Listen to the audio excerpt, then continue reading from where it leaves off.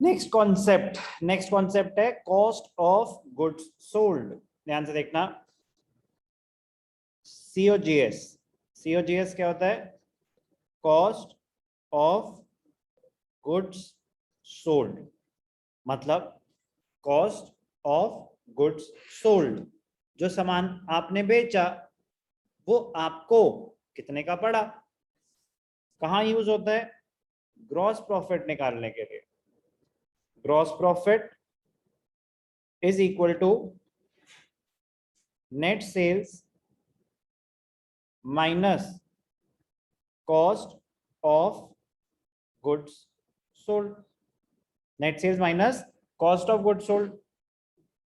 Gross profit तो हम trading account से बना कैलकुलेट कर रहे थे। कभी कभी स्टेटमेंट फॉर्म में क्वेश्चन दिया होता है और बस बोलता है कैलकुलेट ग्रॉस प्रॉफिट, और कुछ नहीं मेंशन ट्रेडिंग अकाउंट बनाना कि नहीं बनाना, तो कंपलसरी नहीं होता।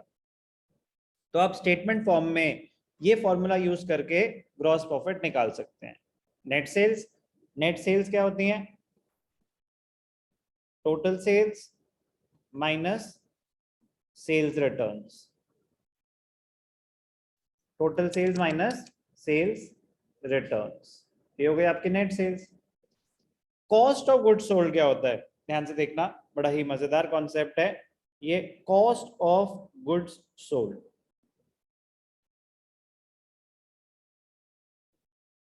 Opening stock plus net purchases plus direct expenses minus closing stock. Opening stock plus net purchases plus direct expenses minus closing stock. Adjusted purchases जैसा लग रहा है ये तो। एडजस्टेड परचेजेस आपके रेफरेंस के लिए मैं यहां लिख देता हूं ताकि कंपैरिजन हो, कोई कंफ्यूजन ना रहे। एडजस्टेड परचेजेस थी opening stock plus net purchases minus closing stock. Adjusted purchases में डायरेक्ट एक्सपेंसेस इंक्लूडेड नहीं थे। कॉस्ट ऑफ गुड्स सोल्ड में डायरेक्ट एक्सपेंसेस भी इंक्लूडेड है। तो ट्रेडिंग अकाउंट में आते हैं डायरेक्ट एक्सपेंसेस, तो परचेजेस तो आप कंसिडर करोगे, वो तो अलग से आ गया, परचेजेस तो अलग से आ गया। उसके अलावा जो डायरेक्ट एक्सपेंसेस हैं, wages, carriage, cartage, freight, inwards, power and fuel, जो भी ट्रेडिंग अकाउंट में आप डेबिट साइड पे दिखा रहे थे, तो सारे एक्सपेंसेस आ गए, डायरेक्ट एक्सपेंसेस आ गए, ओपनिंग स्टॉक भी आ गया, नेट परचेज भी आ गया, क्लोजिंग स्टॉक आपने माइनस कर दिया, तो क्या कैलकुलेट हो गया? Cost of goods sold. Cost of goods sold is opening stock plus net purchases plus direct expenses minus closing stock. Cost of goods sold के फॉर्मूले में किसी को कोई भी doubt? No sir. No sir. अब इस कॉन्सेप्ट पे मैं आपको एक क्वेश्चन करके दिखाता हूं, ध्यान से देखना, बड़ा ही मजेदार क्वेश्चन है। दो तीन चीजें यूज होंगी इस पर्टिकुलर क्वेश्चन में। कॉस्ट ऑफ गुड्स सोल्ड का कॉन्सेप्ट तो यूज होगा ही होगा, एक और छोटा कैलकुलेशन का कॉन्सेप्ट यूज होगा जो हम कहीं ना कहीं जर्नल में भी कर चुके हैं, दैट इज कैलकुलेशन। उसका अकाउंट से कोई लेना देना नहीं है, बट अकाउंट से जो यूज होगा वो कॉस्ट ऑफ गुड्स सोल्ड का कॉन्सेप्ट। ध्यान से देखना, मैं क्वेश्चन करके दिखा रहा हूं। चलो ध्यान से देखना बेटा, मजा आएगा, दिमाग लगेगा। कॉन्सेप्ट यूज होगा कॉस्ट ऑफ गुड्स सोल्ड वाला जो हमने अभी सीखा। Calculate closing stock from the following details. क्या गिवन है? ओपनिंग स्टॉक है, कैश सेल्स है, परचेजेस है, क्रेडिट सेल्स है, rate of gross profit on cost 33 1/3%। अब ध्यान से देखना, ध्यान से देखना,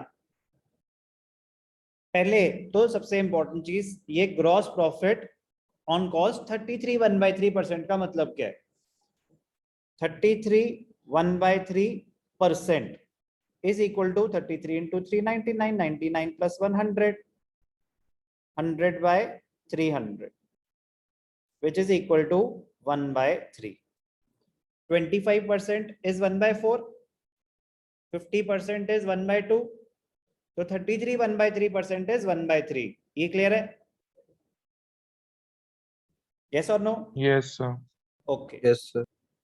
एक और बहुत ही important rule,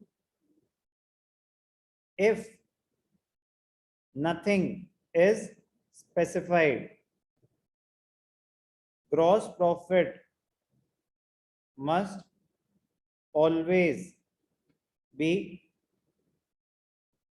calculated on sales, net sales.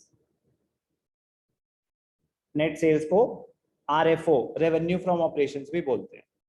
कह रहे मतलब यहां पे लिखा है ना, gross profit is 33 1/3% of cost. मैं बोल रहा हूं कि इफ नथिंग इज स्पेसिफाइड, अगर सिर्फ लिखा होता कि ग्रॉस प्रॉफिट इज 33 1/3%, कुछ मेंशन नहीं कि कॉस्ट का या सेल्स का, तो क्या मानते? सेल्स का. समझ आया मैंने क्या बोला? Yes, sir. Yes, sir. If nothing is specified. यहां तो बड़ी क्लियरली स्पेसिफाइड है कि gross profit is 33 1/3% of cost.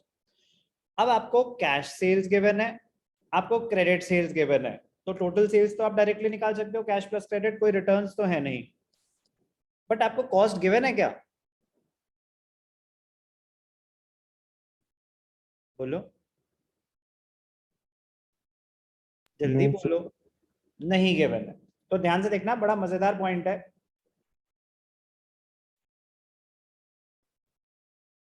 If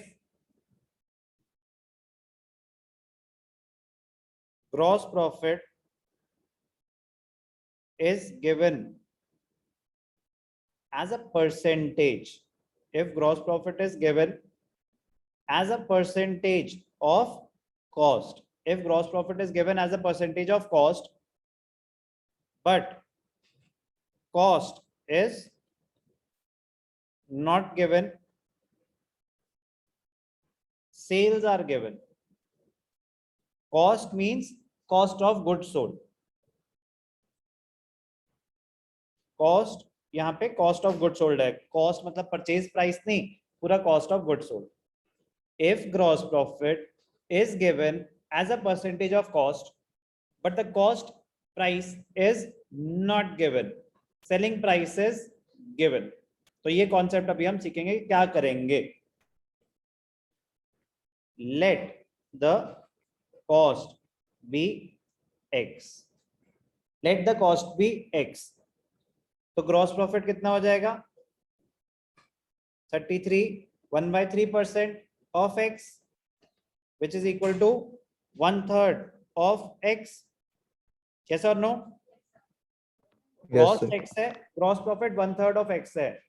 तो अभी आपको बताया था कि gross profit is net sales minus COGS, तो sales is equal to gross profit plus COGS, उसी से डिराइव हो जाएगा. If gross profit is net sales minus COGS, तो मैं बोल सकता हूं कि net sales is equal to COGS plus gross profit. yes or no? तो sales क्या हो जाएगा?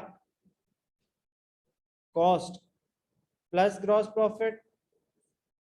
cost क्या है हमारी? x. X. gross profit क्या है? 1/3x. तो विच is equal to 4/3x.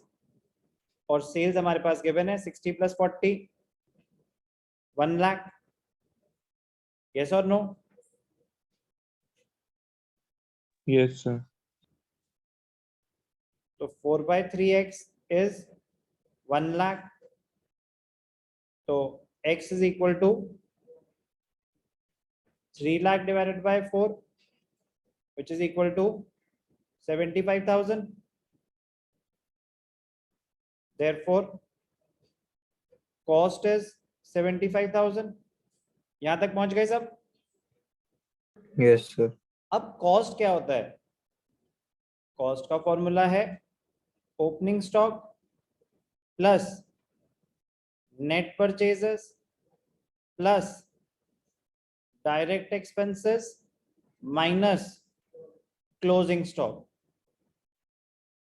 Cost है हमारी 75,000, opening stock 20,000,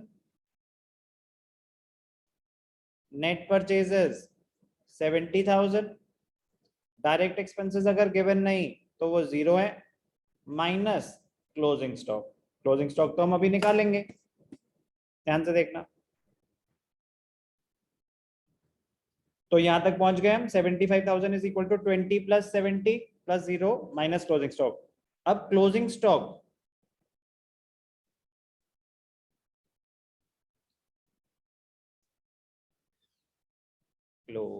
stock is equal to, इधर ले आओ, 20 प्लस 70, 0 तो 0 है, माइनस 75, तो 90,000 माइनस 75,000, 15,000 क्लोजिंग स्टॉक। समझ आया क्या हुआ? Yes, sir. Interesting question. ऐसे Yes, कुछ और sir. क्वेश्चंस मैं आपको दूंगा अभी। कैलकुलेशन में भी ध्यान देना था यहाँ पे, और कॉस्ट ऑफ गुड्स सोल्ड की एप्लीकेशन भी हमारी कवर हो गई इस क्वेश्चन के। अच्छा क्वेश्चन था, ध्यान से कॉपी करें।